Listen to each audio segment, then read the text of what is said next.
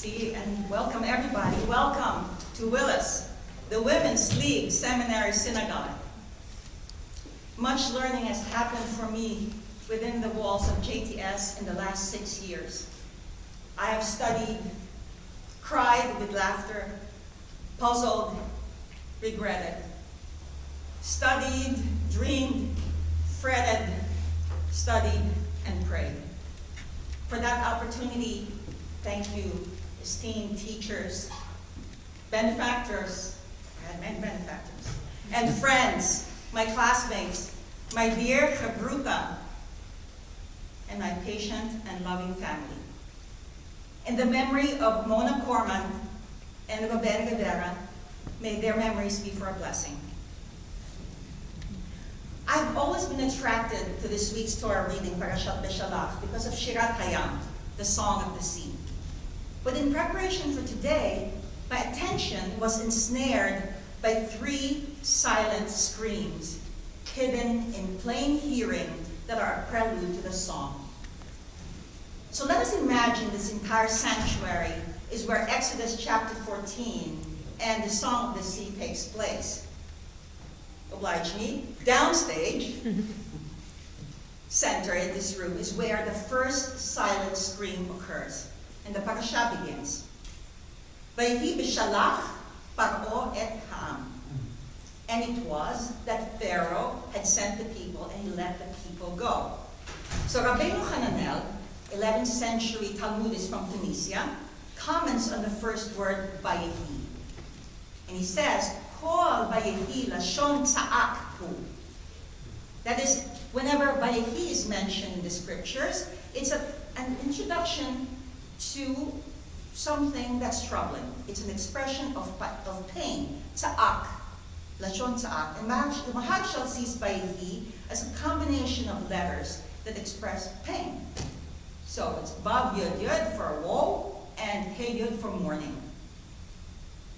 So previously, before this incident, Moses and his brother Aaron had stood before the Pharaoh and they said, the God of Hebrews has met with us. Let us go. We pray thee 3 days' journey into the wilderness. But the Midrash of Exodus Rabbah imagines Pharaoh answering, so what is the name of your God? And his power, how many countries, how many provinces, how many cities, how many of these does he have under his dominion? In how many campaigns was he victorious? Whereupon Moses and Aaron answered, well, his strength and power fill the whole world. Well, when the Pharaoh heard that, he said, I have no need of him. I have created myself. In spite of this megalomaniacal belief that he is equal or more than God, he did let the people go, and then he changed his mind. So how could the consummate military man/God be outmaneuvered? Quite simply, he let the people go, and then he decided this was really a bad idea.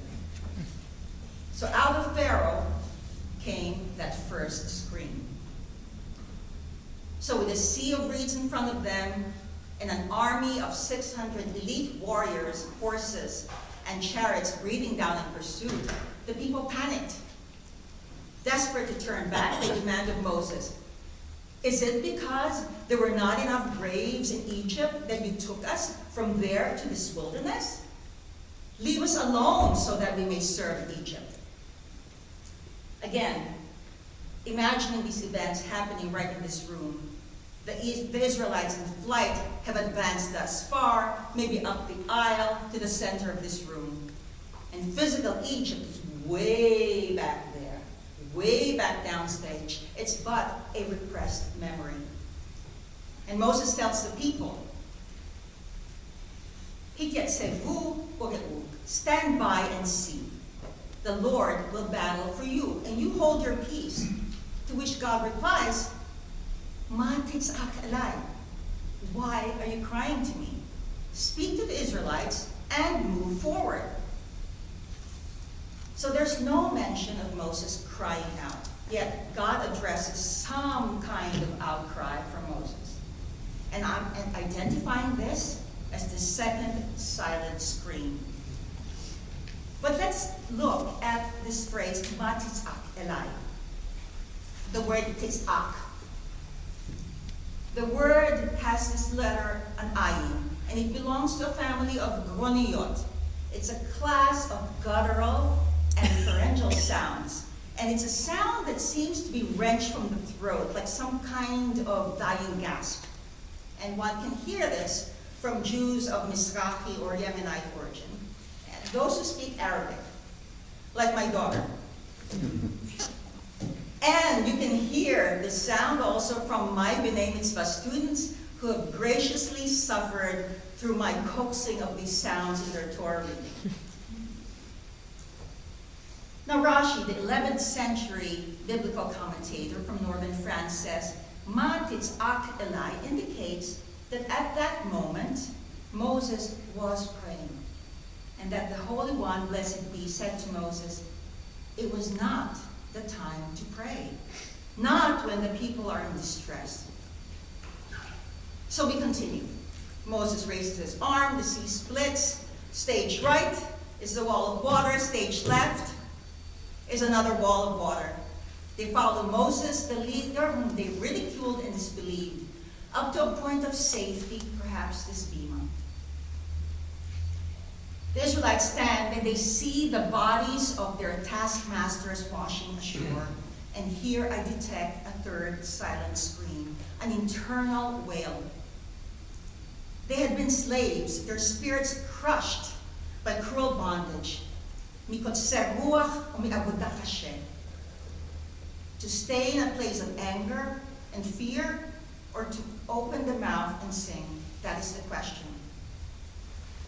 Abraham Joshua Heschel says that the highest level of expressing human sorrow is turning sorrow into song. So our narrative thus far has been in prose, and now we come to Shirat Hayam, the Song of the Sea.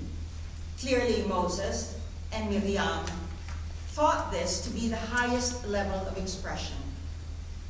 But how does one make the leap from prose to poetry, from a scream to a song? At the root of prose and poetry is the opening of the mouth, a physical motion from which can come blessing or curse, scream or song. But because we are human, it is more than physicality that matters to us, but deep thought and intentionality. What happened at the Sea of Reeds was monumental. The choice to take captivity and confusion and transform it into song. I believe that part of my need to honor silent voices come from my early life. I grew up with a modern pharaoh.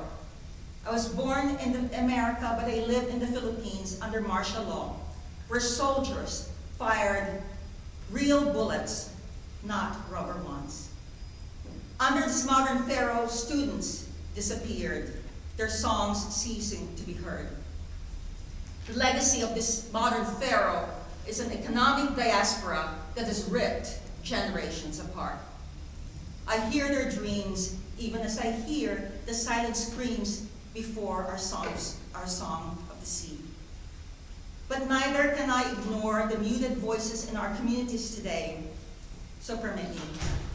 Black, Latino, Asian, Caucasian Jew, Jewish by way of my father Jew, neither Sephardic, Mizrahi, nor Ashkenazi Jew, single mother, empty nester, child, queer, shut-in, Moreh, Chazan, straight Jew, childless by choice, childless by biology, widowed, rabbi Jew.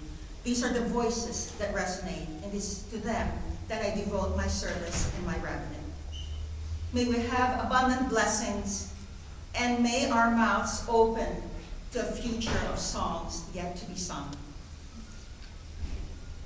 I would like to invite Rabbi Ann Liebersman to continue my song. Yes.